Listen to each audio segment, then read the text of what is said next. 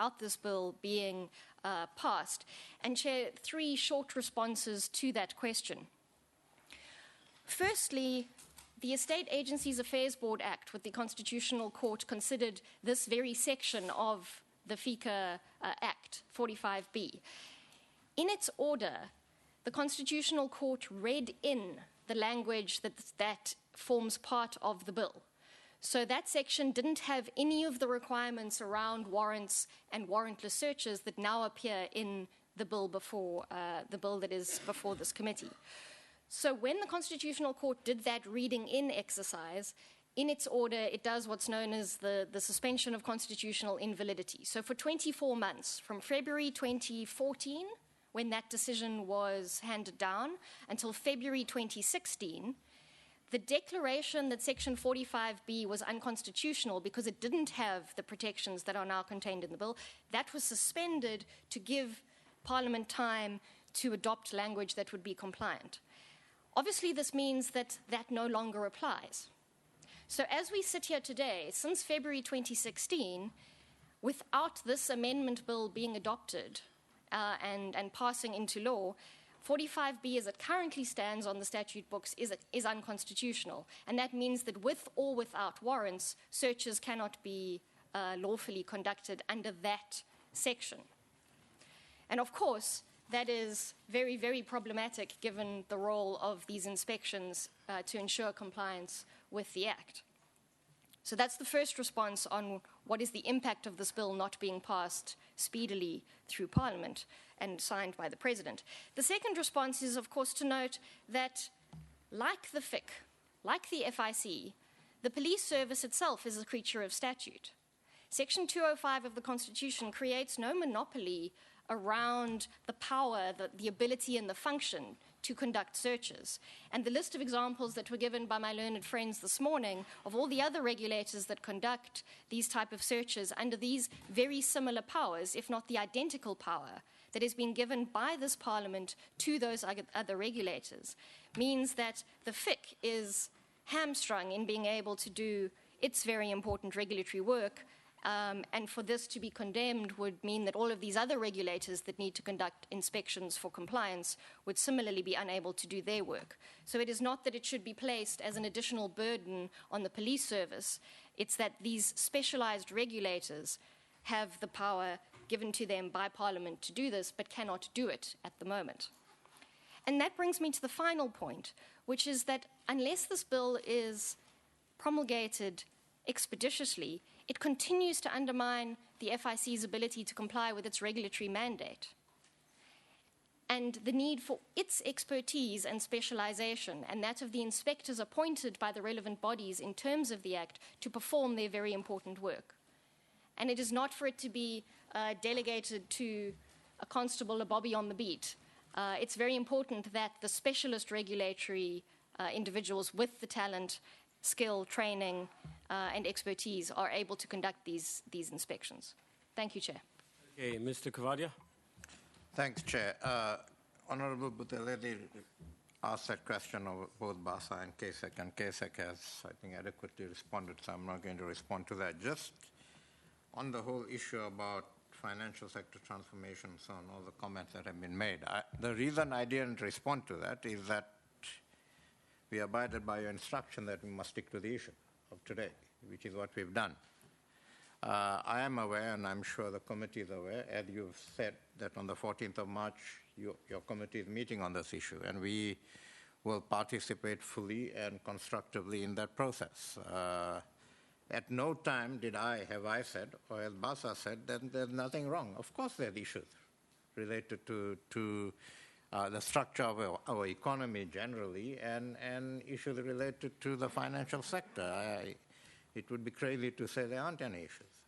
But you have indicated that you're setting aside time and you're setting aside a particular process, and we will participate in that process. We don't see why that needs to delay this bill. That's a totally separate process in our view. And we will participate fully and constructively in that process and try to respond to some of the issues raised today and put some issues on the table that we believe need to be put on the table. So I'm going to leave it at that. thought that you wouldn't reply like a lawyer, but fine, that's your right. I mean, the idea is we said this is Parliament, and, you know, the two issues, in a way, overlap in terms of consideration by the committee, but in terms of process, they have to be separate. That's very clear to me. Unless we get a powerful legal opinion that overrides all of this, then we will have to change our approach. But you're right. You can say what you want, and you have. Next, who's next? The last person, Yes, I think, is the third person. Corruption Watch. Ah, yes, you are. Yeah. Corruption Yes. Watch. I think the first question that I'm going to deal with, I think I understood it correctly to be... I can ask you a question, not Yes. if it's entirely relevant, so you don't have to answer it. Are you a lawyer? Yes. Oh, right, okay. Okay. So the first question, if I understood it correctly, and please, honourable members, do correct me if I didn't understand it correctly, was why do we need this bill to be so speedily finalised, and what can't be done by law enforcement kind of in the absence of this being finalised? And I think there's a few issues here. The first is in relation to the new definition, or the first definition of beneficial ownership, which this legislation introduces. And it's so important for us to have this definition in the FIC legislation, or in any legislation really, because it guides law enforcement authorities as well as other organizations in understanding who the real owners of companies are. And the definition of beneficial ownership has been debated before this committee, and there has been a definition inserted into this legislation, and it's so important to guide law enforcement. So that's the first point. The second is in relation to the other sections. So if you look at the memorandum on the objects of this legislation, at the very beginning it was about due diligence, it's about a risk-based approach, and again, the FIC's ability to detect certain transactions and then work with law enforcement in order to have them addressed appropriately and efficiently will be hampered if this doesn't go through speedily, and I hope that addresses that question. And this exists irrespective of whether or not we should or should not comply with FATF obligations. We should in any event aspire to have these definitions and to have these regulations and rules in our own legislation, irrespective of whether FATF obliges us to do so. The second issue, and I think was also addressed by Basa, was around there was a question about why Corruption Watch didn't address the action being taken by the banks to close certain accounts, and isn't those kinds of actions, isn't it seen to be racist? And again, the same answer I gave here is that we were asked to respond on the warrantless search issue, and that's what we came here today to respond to, and we are operating within the strictures of the rules here, and we should not be seen to somehow condone any sort of agenda or to not support the 14th of March meeting, which we will also be in attendance in, because we support heavily and the transformation agenda that's being that the FSR will then try to achieve. So those are the 2 points that I think were raised. So can I ask National Treasury to reply, and then maybe the committee meets, the colleagues who are here can leave if they want, to discuss how we manage the process from here. But first to National Treasury, 10 minutes, maximum 15. It's 4:39 at the moment. Thank you. Chair, I think, Sorry. I think from National Treasury's perspective, I think clearly these are legal issues that have been raised, constitutional issues. I am not a lawyer, but from what I could, the little I would understand from the legal situation, I think that the legal situation seems to be clear. And just from all the advocates, there seems to be a lot of consensus. I think it would have been helpful if the BBC and the progressive, the PPL, could have actually provided a legal opinion, because I think that would help. Okay, that would be useful. Keep asking for the legal opinion, including the legal opinion given to the president. Is it actually from a lawyer? Yes. Oh, right, okay, we'll have a look at that, yeah. Okay. The researchers will be pulling it all together, yeah. No, I think that would be useful. But I think, we hear their concerns, and I think that just on the more general issues raised, because I think with the constitutional issues, it's clear perhaps what needs to be done, and this legal opinion that they will provide will also help. I think it's quite important that we understand the consequences. I think there's quite a lot of misunderstanding, and we've said to certainly the BBC that let's engage, because I think there's a lot of misunderstanding, I would say, on their part, on some of the underlying thinking between the FATF recommendations. And let me make the point. We don't take instruction from any international body. The standards that are there, we choose them, it goes to cabinet, and the way we implement is a choice that we make as a government. Obviously that there are benefits for the country, and clearly what we want is we don't want our correspondent banking relationships to be affected, the cost of banking for our exports and imports to go up. And I would appeal to them, I think, just that, scrapping the bill will actually be a disaster for the country. It's not just what's in a mutual evaluation, but that was done, as has been said, in 2009. But since then, we were meant to follow up on actions, and we've distributed to the committee the report that FATF circulated in June. And let me say, Chair, when we go to the FATF meetings, it's not just Treasury that goes alone. A lot of the security cluster goes with us. We go in a huge delegation, as other countries, to FATF meetings. And there we will go and obviously argue the case. And it's scrapping the bill would be, then we're almost asking for action. Obviously, when we go, we will put the issues that, there are these constitutional concerns. The President is well within his right to raise this, and we have a process. And, we want some extra time. But I think what's critical is that we've taken those standards because they are essential in the fight against corruption. And the concept of politically exposed persons, I want to remind everyone, starts with people like Sani Abacha, who stole funds, illicit flows, from an African country, Nigeria, took it to European banks. The European banks hid under bank secrecy. That's how the concept first came up, with foreign PEPs.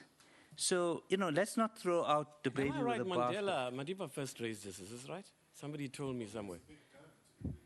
No. No. Wasn't it raised by... So this issue was raised under the administration of President Mandela, and that's why we joined FATF. And yeah, Mr. Mania, can you please keep quiet now? You're behaving like Floyd, worse than Floyd. Floyd, you're giving a bad influence on your ally. Right, there's no need to... No. And championed by the first democratic Minister of Justice in our country, the late Dalla Umar. That's how this started. That's why we joined FATF.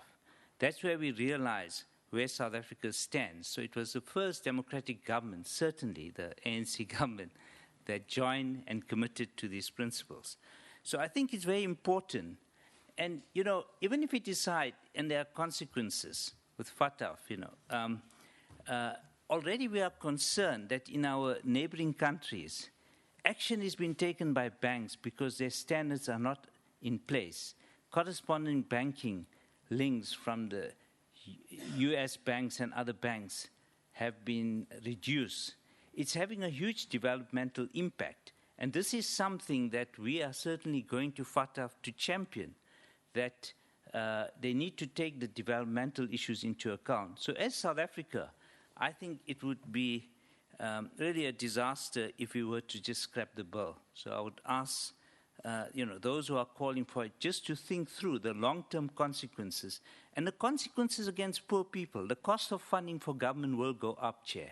It's like your credit rating. We don't want to go there. Let's preserve what we have, and I want to appeal that let's look at this in terms of, more constructively in terms of the issues, because we do hear them. The issue of bank abuse by banks, we agree that, in 2011, government produced a so-called Red Book, and as you know, this Parliament has been looking at the so-called Twin Peaks reform. We are coming with a very tough regime to make the banking and the rest of the financial sector safer for South Africa and to serve South Africa better. And part of it is to treat customers fairly, so that the abuses that are there, the market conduct abuses, can be taken on. So there are channels and there are ways through our regulatory structures to do so. And that's why I think to strip our regulatory powers or the powers of inspection will almost make it very difficult for them to do what they do, hopefully in the interests of customers and of the people of this country. So I'd appeal to them that we hear the issues, but we think that the way you solve the problem, there are mechanisms. And in a way, if they were to work with us through these mechanisms, I think that we would make some progress. Just the last point, and as I said, the fight against corruption is critical, and I'm glad that they've certainly committed to that as well. Everybody has, in fact, committed to that. And the concept of not just PEPs, but as the last speaker said, beneficial ownership, are all important. We need to know who are behind these companies, because you don't want people to be hiding and influencing and doing things without full transparency. So I think those provisions are actually good for the country. So I want to end on a note that the standards that are there and that we're implementing, we are doing firstly because it's in our interest and because we choose to do so, not because they're international standards. The fact that they're international standards just means that there's benefits. We lose nothing by taking on those standards. So I would just appeal, I think, on that we continue to engage, and certainly in the interest of customers to get them treated fairly. If there's abuse, whether the abuse is from banks, whether the abuse is from business, and being in government, I'm suspicious of both black and white business and any other colors business, okay? Because as a government, we realize we've got to be fair, we've got to regulate everybody, because there are lobby groups, and we hope that we are speaking in the public interest. So we'd certainly try and deal with those and any undue influences, whether they come from business, whether they come from a family, wherever they come from. We try and just represent the public interest. So I think that's the perspective that National Treasury has. And I think that the tools, the legislative tools that we have, certainly enable us to do so. And in particular, I think that the FICA Amendment Bill, once we deal with the President's reservations, really needs to be dealt with speedily so that we can get on to implementing. Thank you very much, Chair. It's one thing. I'm chairing, but then you will get a chance. Mr. Rasitaba suggests, which is new to me in the way he presented, we didn't see that slide before, that this cabinet, you see, I don't think one should attack National Treasury. It's a cabinet bill. I know people have reservations. I mean, I belong to another structure in the alliance that has been taking you people on since 2000. Who put the financial sector transformation on the agenda? Right? I mean, it's nothing to hide. SACP put it on when he was there, by the way, Floyd Shivambu, right? So in 2000, where did the Mzansi account come from, if not from the SACP and COSATU? So let's be real, right? But what I've heard since the bill got passed is that we have gone further than what FATF requires. Secondly, when I have confronted you outside of a meeting, why did we do this? You gave me an answer. I don't want to speak for you. So can you tell me what your answer now is? Why? Did we go beyond the US and so on? The G7 initially prompted this whole thing. Yes. Now they're making us do more. Now, it's not you, National Treasury, it's cabinet. You went with the bill, but hey, cabinet is a collective cabinet. If other ministers didn't actually raise the issues, and you brought the bill to us that went through cabinet, then frankly, it's cabinet. Why did cabinet go for this? Chair, cabinet had long discussions that stretched almost a year, many times on these issues. And certainly looking at where we stand internationally and looking at the consequences for the country, this was not something that just slipped through. It was discussed in a lot of detail with everyone and every cluster, I should add. So certainly there were long discussions on this. I'm not sure it's true to say we're going further. In fact, at the moment, we are actually behind the curve. Yes, you need to look at the sequence of things. That the concept, and I might have my dates slightly wrong, of a foreign PEP started around 2003. We took too long to put that in place. And you must hold us account as the National Treasury. We should have moved much faster, okay?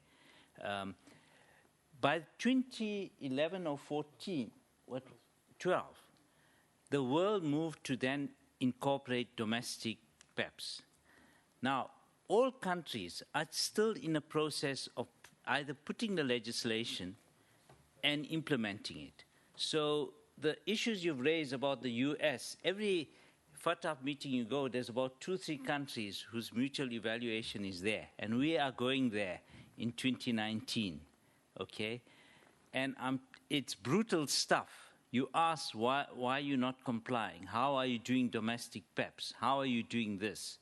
So if you haven't seen it in the legislation in some countries, they are complying with the foreign PEPs. We're not. But they also have to start complying with the domestic PEPs. And let me say, if you go and you just Google and you look at the US Parliament, MPs there are outraged. Now, most of them are white MPs, of course, being the UK. There are others of color as well. But they are outraged. Similarly, I met a Finnish delegation the other day, and they were just saying how outraged their politicians are. Because this concept of domestic PEPs is being implemented currently. And I've said to Parliament, yes, I agree it's draconian, but we need to then get that international standard change. But all countries are expected to comply. And the mutual evaluations that you've had of the US and Switzerland, because the standard has been laid, it's only coming into being now. But the way we understand it, they are all implementing it. So I would invite whoever says that we are going beyond the international standards to tell us exactly how we are going beyond, and we will certainly look at it. And having said that, even with regard to any standards, I think the way legislation gets implemented, we understand there may be unintended consequences. Let's assess those as the problems are there. And that's just my appeal. Let's look at it this way. But we cannot scrap the bill. That would be highly irresponsible, and it will take the country back. And this, yeah, I'm making. Okay, can I get I feel passionate about it. Frank was outside the committee meeting, right? So can I ask you, Kesek says that the 2 letters, in reply to Makosi, she's gone, but the 2 letters that were attached to the president's letter to the speaker, what value do they have? Very quickly. Yeah. One point I just want to make, sorry, my colleagues have reminded me, is we opted to go a bit beyond PEPs, and we call them PIPs, politically influential persons. That was a change made in cabinet, which felt strongly that we need to expand it to the private sector as well. Hence, on that one, we go a bit forward, and that's what you did explain that. Okay, sorry. What is the meaning of the letter? Those letters are there additional letters. Chair, from you know what I'm talking about. Yes. Well, Chair, first of all, we didn't get those letters attached to the President's letter when it first came to us, first of all. Secondly, this committee's mandate was given to it through the ATC, which included the President's letter. So there was nothing attached to that. And there was then a confinement to say, consider this in line with Rule 203, and that's the opinion I gave to you. Even if the letters would have been attached, Chair, unless the President have incorporated those and say, these are my reservations, I would read Section 79.1 to say, you deal with the President's reservations. If he attaches a letter to it, but he doesn't refer it, it might be for explanatory purposes or whatever, but we need to be strict on the 79.1 thing because of that chain I discussed this morning. Thank you, Chair. My facilitation job now, can I raise some things? Now, Floyd wants to ask a question. How many of you want to have a follow-up question? So it determines how much of time each person gets. No, Floyd, you can't speak until, let's be fair. How many others want to ask? No. Okay, you got 2 minutes. Mic's gone flat. So can you go on that side, please?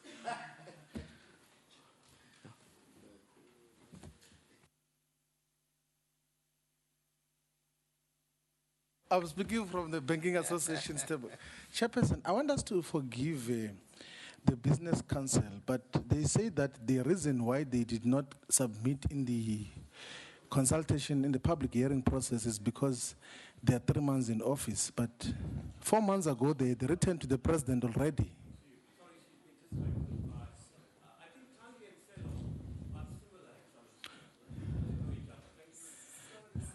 And I'm saying that they're saying that they must be forgiven for having not participated to the public hearing process because they are less than 3 months old in office and they are exuberant now. They're going to be here permanently or like more consistently. But they wrote a letter to the president about this process 4 months ago. And then they've been in office. And there was an organization before that. It can't be that we even consider that as a basis. The second issue is what has just been clarified by the parliament lawyer now, that the information that were given by the president, the objection, was what we're dealing with now. We cannot then be forced to deal with a broad framework of the exchange of letters between CASAC and the BBC and PPF. PPF in any way existed far much earlier. The public hearings happened when PPF was there. And now PPF comes here and say that we must reverse the whole legislative process because somehow they forgot to make a submission when the time for submissions had happened. I don't think, and I think you know that, Chair, that it's not legally permissible. It's actually unlawful to could even venture into what the ANC Professionals Forum is saying we must do. So we must ignore that proposal with contempt and also inform the whole of society, civil society, and everyone else who is involved in this space that don't take us for granted.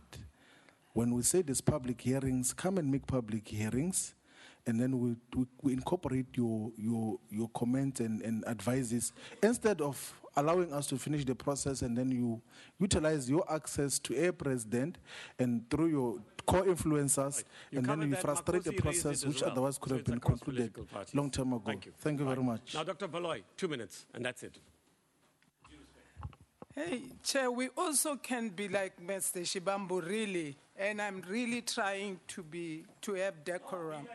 No, I can take him on, but there's no point. I thought I had explained, and, and he's talking to Mzwanele is not here.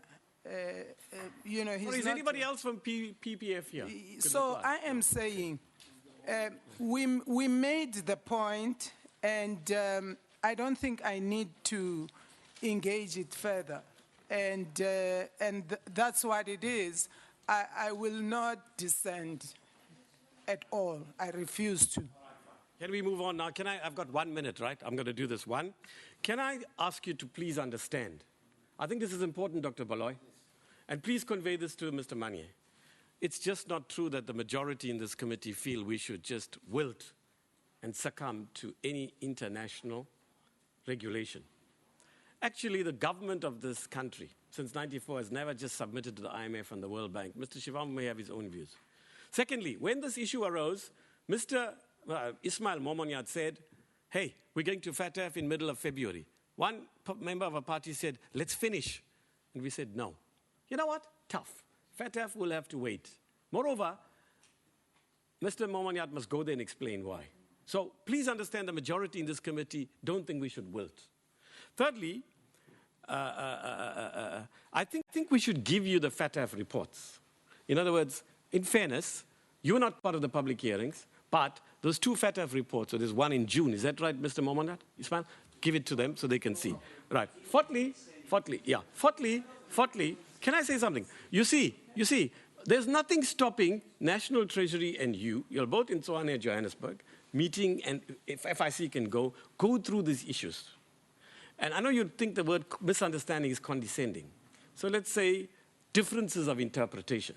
You have differences of Can you actually try to settle those? They're only technical issues. There's only for a politician to be there. Ultimately, the power lies with Parliament. Then the next thing to say is that on base erosion and you see, there's one thing I need to clarify.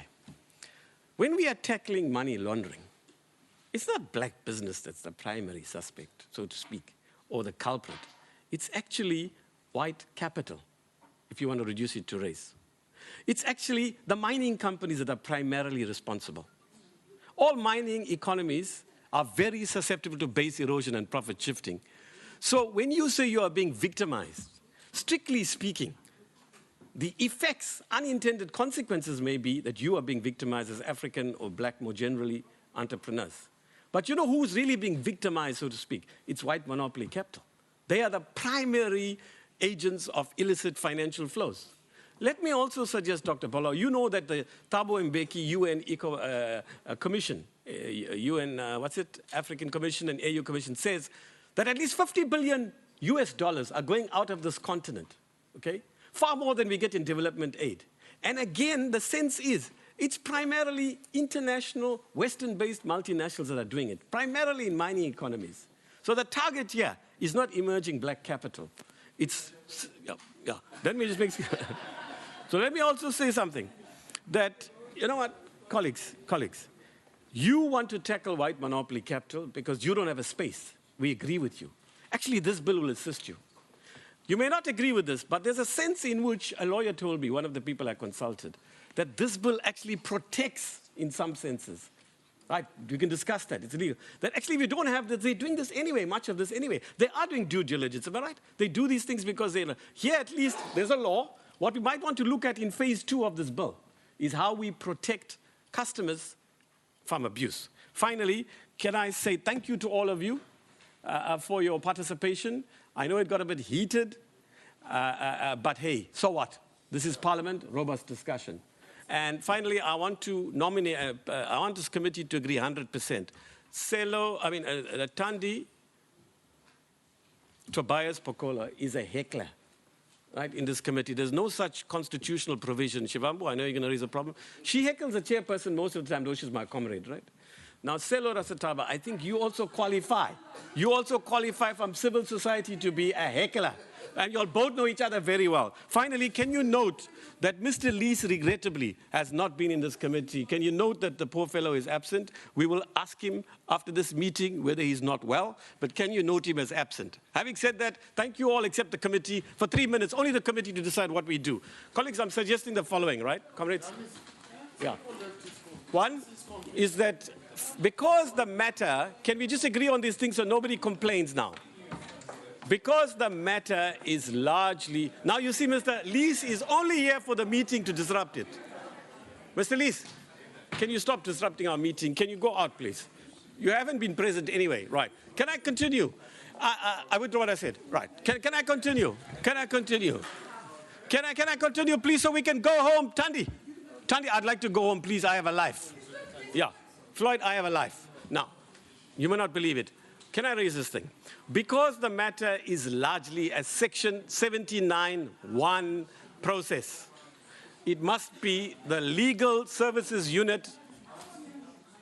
Okay, I'll wait, because then people will come with questions.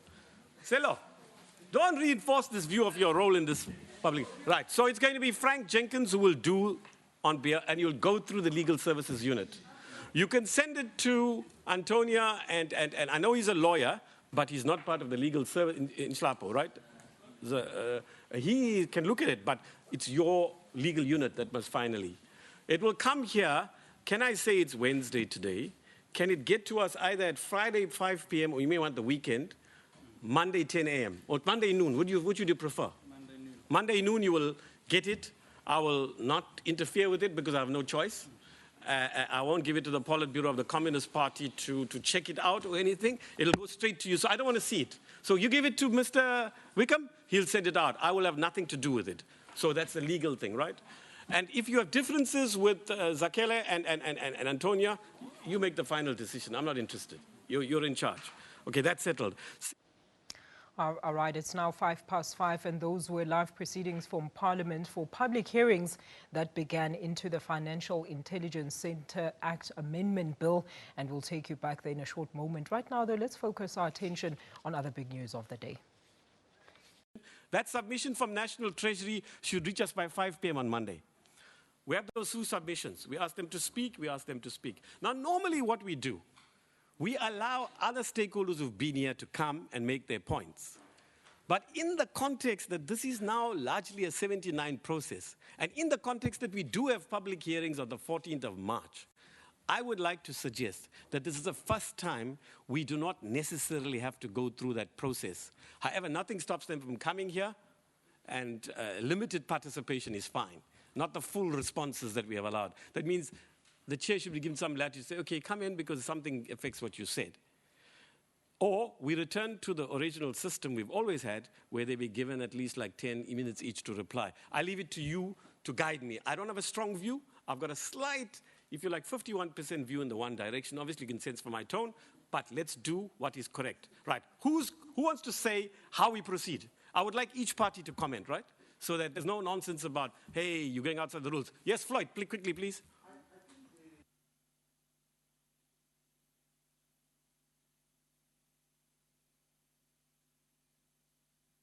Keep quiet here. You have to guide us. When are we going to meet again? Yeah.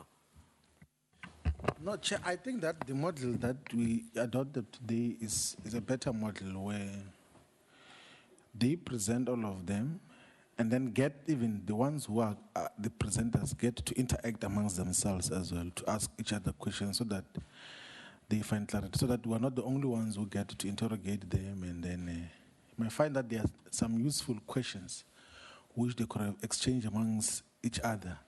And then Parliament becomes a platform where they clarify some of those issues. I'll give an example that I think some of the misconceptions which BBC and PPF, for instance, had, then they had an opportunity could pose questions to National Treasury and to the Parliament legal advisors, who were then able to say, this is the... But if they didn't do that, they would have possibly left those misconceptions as they were. So I think that process of having a broad discussion with all the submitters or the people who are making submissions in public hearings, I think can derive some degree of value out of what becomes the outcome of the engagements. What about Wednesday next? My proposal concretely is that we must adopt the model that we use always today. had. Yes, Let them come all and the reply. let them Okay, come. fine. Okay, We must fine, just make sure that it's not too many groups, so that we must No, find we a way can't of restrict all of them who can. Yeah, you can do it like that. But Maybe they we can each get just 10 have more minutes. days. Yes, Yeah, we I can think have, we restrict the time. Yeah, we can just have more days and then All right, do we give it them like each that. 15 minutes to reply to National Treasury, and that's your proposal, right, Frank? Frank, National Treasury, each of them reply for at maximum 15 minutes. That's it. Then we've got to proceed. Right, Mr. Mania, you agree? Anybody from the ANC wants to suggest an alternative? So can you contact them with a letter? I don't have to see the letter. Okay, show it to me, right? You write in your name, though. Thank you. We're done. Oh, yes, one more practical thing. For the sugar tax bill, we are meeting with the Health Committee. And there's a slight complication, so I forgot to tell you, when we changed the agenda, we actually made, if you see, because it doesn't come out in red in your copy. I do it in red, but they don't have a color printer. Parliament's too poor for that, of course. Now, then you will see it starts at 11. Yeah, it starts at 11 because of practical issues that the Health Committee wants to raise with the chair. The two chairs have to meet. She is on leave, and secondly, they're on the, I think, oversight visit this week. So the agreement that we would meet today hasn't happened. The other thing to alert you, the sugar tax, I think we've got many submissions. Is that right? How many? Yeah. Yeah, so how many have I not? Give a vague response, 10 to 20 or 20 to 30? Thus far, I've probably got close to 100 submissions. You see, let me explain something. Sometimes I'm a victim of my own populism, some people might say. But never before have we turned down anybody in a public hearing. But the worst one we had, not worst one, the most, when the white paper on local government came, we had about 80, and we asked all of them to come. Well, not all of them came. That's the biggest. 100 will kill us. Because, you know what? We will sit here for 5 or 6 days. So we need to negotiate with Treasury because the minister is coming with a budget. And any intervention on Parliament side has to be before then. So what I suggest we do, in fairness, a multi-party committee, through email exchanges, will isolate, we'll give each of them 15 minutes or 10 minutes, maybe 10 minutes each. Antonio, you're working on a paper, is that right? When are we going to have that? Monday morning. Second thing, what I suggest we do is allocate 10 minutes to everybody. The idea was, I spoke to Lindelwa, Dunjwa, the idea would be for health to come here, an official, to explain. Obviously, it's a policy issue from health, right? It's Aaron Motsoaledi who raised it. And then say we give them 15 minutes, 20 minutes, and then we give 20 minutes to, Treasury, the tax people, and then we throw it open. So if you explore that 40 minutes, we're sitting till 5. Let's work out how many we can slot in. So why don't we have a small committee? I would like Pule and me from the ANC side, Mr. Mania and Floyd, to agree on which are the 10 or 12 or 14 people we're having on Tuesday. The categorization would be, sorry? Yeah. Probably around 50 at least. Yeah. So one can take it, we can't do even 50. So what we can do is start with the process and then see. It'll have mean sitting on Friday and so on. But we would like as many as possible. So what we used to do where we never could include everybody. Say if you had Selga and then you had Kwana Loga and the Free State one is Free Loga. We'll say, no, the national structure. Right? Because you are part of that national structure. Then I suggest one criteria is national organizations, but then we leave space for regional organizations that are not affiliated to national. You can't have COSATU and the COSATU structure in KZN coming out. Not that they will. So that's one criteria. Quickly, because we don't have time. We're not going to be together. What other criteria can be used to decide on the 12 or 14 we'll have? Anybody got any ideas? Okay, we'll have labor, trade unions, those for and those against. So why don't we do this? One other criteria is half of the people must be for the sugar tax, half must be against. The other category might be a few experts on each side, and then you can't say no to COSATU and the unions, you can't say no to big labor. The industry has to come. Those are already taking up about 10, 12. Any other criteria? Yeah, fine. Okay, good. There it is. We can only have about 12, 14. Just quickly, what is the way forward on what we're discussing now? What is the concrete way forward about the process of the FIC bill? Yeah, we agreed on that. You suggested it. We're going to have, once again, I don't know, I think you must have been thinking about something else. Well, one, can I repeat in case there's confusion? One, that Frank Jenkins will do Parliament side, and then we'll have National Treasury reply to all the submissions, and then those who are here, they're all going to be invited by the morning. They will have each 10, 15 minutes. Then we start looking at the bill. They can sit here, but then we enter the process of starting to look at the bill. But within the confines of what the law permits, the rules permit, we're not going to look onto those convoluted No, we issues. told you that we'll separate the issues, please, Floyd. Right. We don't have a choice. What choice have we got? Right. No, Let's not count. That will be fed into the 14th of March. And then, you know what? We have the hearings, and then the executive can come with separate amendments on other issues. But this is something, it'll be a different bill. Is anybody got a different view? Unless we said to BBC, you can come with a legal opinion by Tuesday or soon after to tell us we can look at the other issues. So far, there's nobody arguing that. Am I right to say, Frank, not a single submission here argued we can't look at anything else apart from what 79(1) allows, right? No legal submission. No, the BBC has a document. Oh, yeah, we look at that. Okay, can you look at that? I will look at that. Okay. Then the second thing is, the only issue that arises is, what are the parameters of 79(1)? There might be slight differences of emphasis. There again, finally, whatever text we have, I think we should give it to this legal team, and if need be, as Thandi suggested, we give it. You see, we can't go to Thandi. It would be inappropriate. Yeah, no, I'm just saying. I've thought about it because I don't want to indecorous, right? You see, we can't give it to Jeremy Gauntlet because he represents the executive. We can only give it to Advocate Semenya because he represents Parliament. I don't think it's right to give it to the executive. They have a vested interest in this. So actually, I was thinking that let's just give it to Advocate Semenya. We might have to pay him more, so what? Okay? To look at the amendments that we finally agreed to. Yeah, he just gives us, he doesn't choose for us. Or what Thandi was saying, which I don't like, but if that's possible, even suggest to him, no, he can make amendments to it. So we craft it, it's our job, with your team. If you want to bring the whole team here and they can come, great. Okay, having said that, can we move on?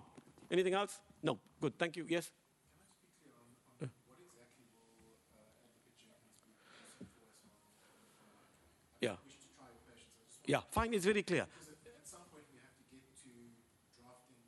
We were going to do that on Wednesday. We're starting on Wednesday. Right. Here it is. Mr. Lees, you've been absent. You can explain to him at this meeting. It's simple. Mr. Jenkins, Advocate Jenkins will say there were 40 points made. It's not like a bill where you can say 10-1 is there. These 10 points fall within the ambit of the process of the joint rules. So these 10, the committee needs to apply its mind to. These 30, I've summarized them, they go into the policy. That document, ultimately, it must be those two. Zakele in particular looks at the policy issues. But Frank, since he's looking at it, then he will come on the 14th of March and say, this is a summary of what people said, even though it was outside the rules on the, what's the date today? 25th.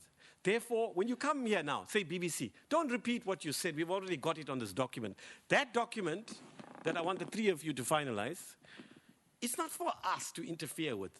Oh, no, that's a policy matter. No, we could look at it. No, we must look at it. That's a policy. That will go to all the stakeholders who are participating on the 14th of March to say, these issues have been covered. Please do not cover it. Even if you weren't there on the 25th, it's covered by somebody else who shares your view. What's the problem with that, Mr. Mayor? Good, thank you. Bye-bye then. I'm sorry that we lost 2 minutes. We finished at 5:17.